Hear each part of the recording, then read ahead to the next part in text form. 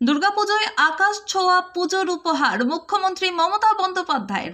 পুজোয় ক্লাবগুলিকে 1,10,000 দেওয়ার ঘোষণা মুখ্যমন্ত্রী মমতা বন্দ্যোপাধ্যায়ের।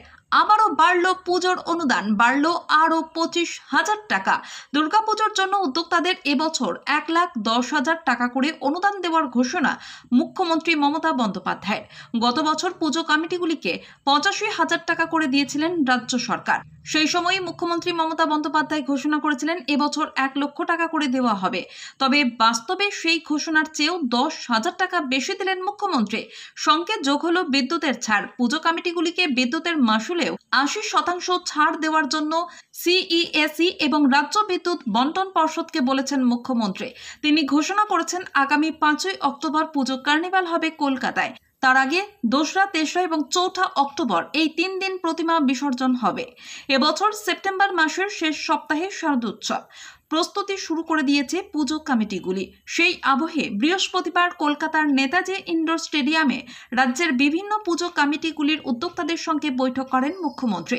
বৈঠকে ছিলেন রাজ্যের প্রশাসনিক শীর্ষ কর্তারা, কলকাতা পুরসভা, দমকল বিভাগ, সিএসসি, পুলিশ প্রশাসন, গণপরিবহন ও স্বাস্থ্য দপ্তরের মতো পরিষেবা প্রদানকারী সংস্থার প্রতিনিধিরা। ক্ষমতায় আসার পর থেকেই দুর্গাপুজোকে কেন্দ্র করে রাজ্য জুড়ে এক সামাজিক সাংস্কৃতিক আবহ তৈরি করেছেন মুখ্যমন্ত্রী।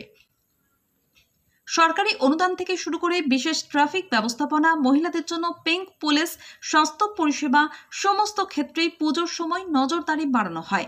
এবারেও যাতে তার অন্যথা না হয় সেই নির্দেশ দিয়েছেন মুখ্যমন্ত্রী। পাশাপাশি পুজো মণ্ডপগুলিতে কড়া নজরদারি রাখার কথাও বলেছেন। তিনি জানান, ড্রোন, সিসি ক্যামেরা, ওয়াচ টাওয়ারের মাধ্যমে নজরদারি চালাতে হবে। মণ্ডপে আসা মহিলাদের নিরাপত্তা, প্রবীণদের সুবিধার দিকটিও পুজো কমিটিগুলিকে খেয়াল রাখতে বলা হয়েছে। প্রসঙ্গত 2018 সালে রাজ্যের পুজো উদ্যোক্তাদের 10,000 টাকা করে অনুদান দেওয়া শুরু করেছিলেন মুখ্যমন্ত্রী। তখনই পুজো বাবদে বিদ্যুতের বিলে 25% ছাড়ের ব্যবস্থা করা হয়েছিল। 2019 সালে অনুদানের পরিমাণ 25,000 টাকা এবং করোনার সময়ে এক লাফে 50,000 টাকা করা হয়। 2022 সালে তা বেড়ে 60,000 এবং 2023 সালে 70,000 টাকা করা হয়। 2024 সালে আরও 15,000 টাকা বাড়ানো হয়। এবার হলো 1,10,000। মাঝখানের সময়ে অনুদানপ্রাপ্ত পুজো কমিটির সংখ্যাও বেড়েছে।